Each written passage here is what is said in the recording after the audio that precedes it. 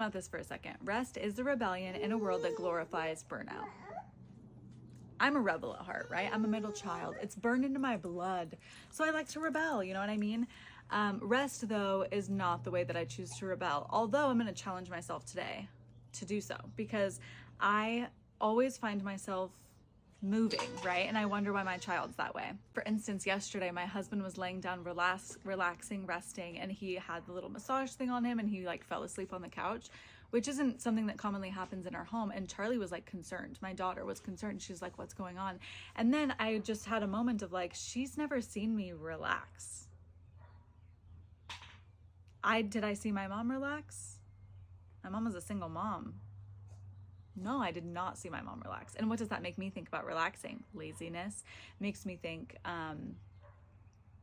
what is relax? When someone relax? Yeah, I think lazy. I think lack of direction. I think an object in motion stays in motion. Some of these things are true, but obviously resting does not make you lazy. Resting is something we're called upon as believers to do. Having a Sabbath is a commandment that we still are to keep as Christians. You know what I'm saying? This is something that even Jesus did. So how can I say I believe and I want to be like this man, yet resting, not that. Can't do that one.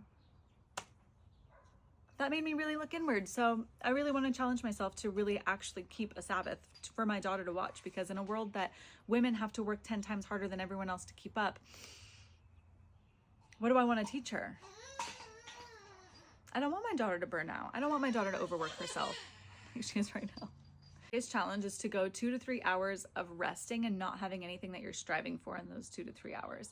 That doesn't mean watch TV, do nothing. That doesn't mean don't clean your house all day. That doesn't mean don't do the activities with your kid to not have them learn. That just means take 2 to 3 hours to not be striving for something. That could mean sitting and reading a book with your kid. That can be restful.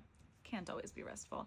It could also mean letting the dishes sit in the sink a little bit longer than you want to. I'm currently doing that. But I'm thinking about it. So how does that make it rest if you're still thinking about it? I don't know. I'm still working on it. I'm still resetting it. Okay, we're still all growing here. There are levels. It's like an onion. Every time you grow in something, I always find that like I peel it back and I'm like, oh, there's like 10 more layers of this that are still really hard. Anyways, happy resting today. I'm going to be on ChatGPT asking how I can rest.